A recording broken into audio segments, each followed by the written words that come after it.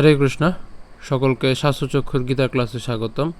আজকের এই পর্বে আমি শ্রীমদ্ভগবদ্গীতার প্রথম অধ্যায়ের 37 নম্বর শ্লোকের শুদ্ধ সংস্কৃত উচ্চারণ নিয়ে আলোচনা করব। এর পূর্ববর্তী ভিডিওতে আমি এই অধ্যায়েরই 36 নম্বর শ্লোকে শুদ্ধ উচ্চারণ নিয়ে আলোচনা করেছিলাম। যারা পূর্ববর্তী ভিডিওটি দেখেননি, উপরের আই বাটনটি ক্লিক করে দেখে নিতে পারবেন। এখনও পর্যন্ত আমাদের এই শাস্ত্রচক্ষু চ্যানেলটিকে যারা সাবস্ক্রাইব করেননি, কৃপা করে আমাদের এই শাস্ত্রচক্ষু চ্যানেলটিকে সাবস্ক্রাইব করবেন, কেননা গীতার যে 700টি শ্লোক রয়েছে, 700 শ্লোকের উপরেই 700টি শুদ্ধ সংস্কৃত উচ্চারণের উপরে ভিডিও আমাদের এই চ্যানেলে আপলোড করা হবে এবং প্রতিটি শ্লোকেরই তাৎপর্য আমাদের এই চ্যানেলেরই অন্য প্লেলিস্টে আপলোড দেওয়া হবে। তো এই ভিডিওগুলো পেতে অবশ্যই আমাদের এই চ্যানেলটিকে সাবস্ক্রাইব করবেন এবং আমাদেরকে আরও বেশি ভিডিও দিতে উৎসাহিত করবেন। এবং ইতোমধ্যে আমাদের এই চ্যানেলটিকে যারা সাবস্ক্রাইব করেছেন তাদেরকে অসংখ্য ধন্যবাদ।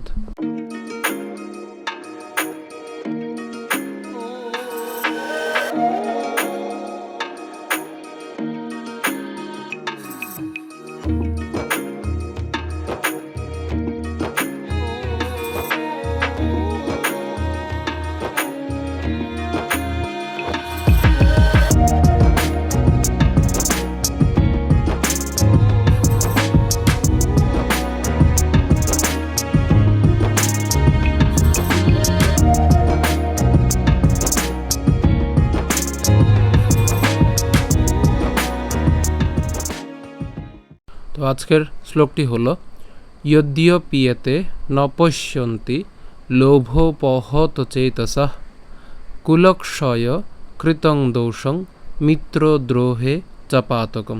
একদম সহজ একটি শ্লোক। প্রথমত আমরা কি উচ্চারণ করলাম? ইয়দ্যপীয়তে। আমরা এখন কেন ইয়দ্য উচ্চারণ করলাম? এখানের মধ্যে জফলা আছে, আর জফলা থাকলে কার মতো উচ্চারণ হয়? ইয়র মতো উচ্চারণ হয়। তো আমরা এই জায়গাকে আমরা আরেকটু সুন্দর করে উচ্চারণটা করতে পারি কিভাবে?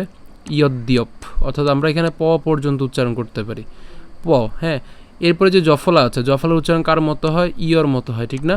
এবং এখানে যেহেতু একার আছে, তাহলে আমাদের উচ্চারণটা এরকম হতে পারে ইয়েতে।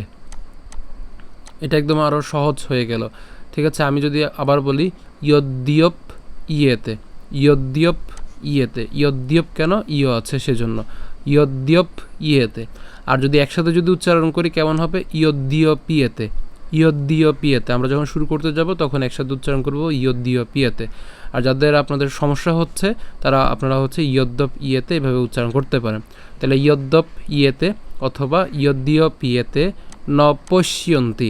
কেন পশ্যন্তি? আমাদের এখানে জফলা আছে, তাহলে আমরা এখানে পশ পর্যন্ত উচ্চারণ করলাম এবং যে ইয় থাকে সেই ইয়র সাথে আমাদের যে তি, হ্যাঁ, ইয়ন্তি, এটা আমরা উচ্চারণ করছি। তাহলে পশ ইয়ন্তি লোভ পহত চেতসঃ কুলক্ষয়, কুলক্ষয়। হ্যাঁ, আমরা কি করলাম? এখানে যে ক্ষীয় আছে, ক্ষীয়টাকে আমরা ভাঙলাম। তাহলে আমরা যদি ক্ষীয়কে ভাঙি কি পাই? এখানে আমরা ক পর্যন্ত পাচ্ছি। তাহলে কুলক এবং তারপরে কি থাকে? মূর্ধন্যস এবং হচ্ছে অন্তস্থীয়। তাহলে কুলক্ষয়, হ্যাঁ, কুলক্ষয় কৃতং দোষং মিত্রদ্রোহে চাপাতকম। একদম সহজ একটি শ্লোক। তাহলে আমি আবার বলছি ইয়দ্যপ ইয়েতে অথবা ইয়দ্যপীয়তে, একই কথা। আমরা একসাথে করলে ইয়দ্যপীয়তে, আর যদি আলাদা করে বলি তাহলে ইয়দ্যপ ইয়েতে। ন পশ্যন্তি লোভোপহত চেতসঃ কুলক্ষয় কৃতং দোষং মিত্রদ্রোহে চাপাতকম।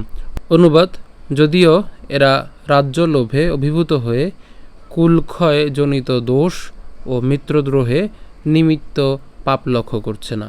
এখানে মূলত হচ্ছে কৌরবপক্ষকে বোঝানো হচ্ছে।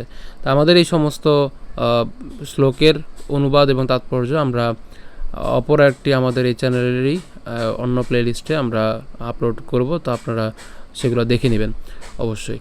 তো আমরা যদি আরেকটু যদি শ্লোকটিকে যদি একটু ভেঙে উচ্চারণ করতে যাই তাহলে কেমন হবে? আপনাদেরকে এখানে ভেঙে আমি দিয়ে দিয়েছি আপনাদের সুবিধার জন্য। তাহলে আবার বলছি ইয়দ্যপ ইয়েতে ন পশ্যন্তি লোভোপহত চেতসঃ কুলক্ষয় কৃতং দোষং মিত্রদ্রোহে চাপাতকম। একদম সহজ একটি শ্লোক। তো আমরা যদি শুরু করে বলি তাহলে কেমন হবে? ইয়দ্যপ ইয়েতে ন পশ্যন্তি লোভোপহত চেতসঃ কুলক্ষয় কৃতং দোষং মিত্রদ্রোহে চাপাতকম। একদম সহজ। আমি আবার বলছি ইয়দ্যপীয়তে ন পশ্যন্তি লোভোপহত চেতসঃ কুলক্ষয় কৃতং দোষং মিত্রদ্রোহে চ পাতকম। আজকে ভিডিও পর্যন্ত। যদি ভিডিওটি ভালো লেগে থাকে অবশ্যই আমাদের এই ভিডিওটিকে লাইক দিবেন, বেশি বেশি কমেন্ট এবং শেয়ার করবেন। তো এখনও পর্যন্ত আমাদের এই চ্যানেলটিকে যারা সাবস্ক্রাইব করেনি কৃপা করে আমাদের এই চ্যানেলটিকে সাবস্ক্রাইব করবেন, এবং ইতিমধ্যে আমাদের এই স্বাস্থ্যযোগ্য চ্যানেলটিকে যারা সাবস্ক্রাইব করেছেন তাদেরকে অসংখ্য ধন্যবাদ। ধন্যবাদ সকলকে। হরে কৃষ্ণ।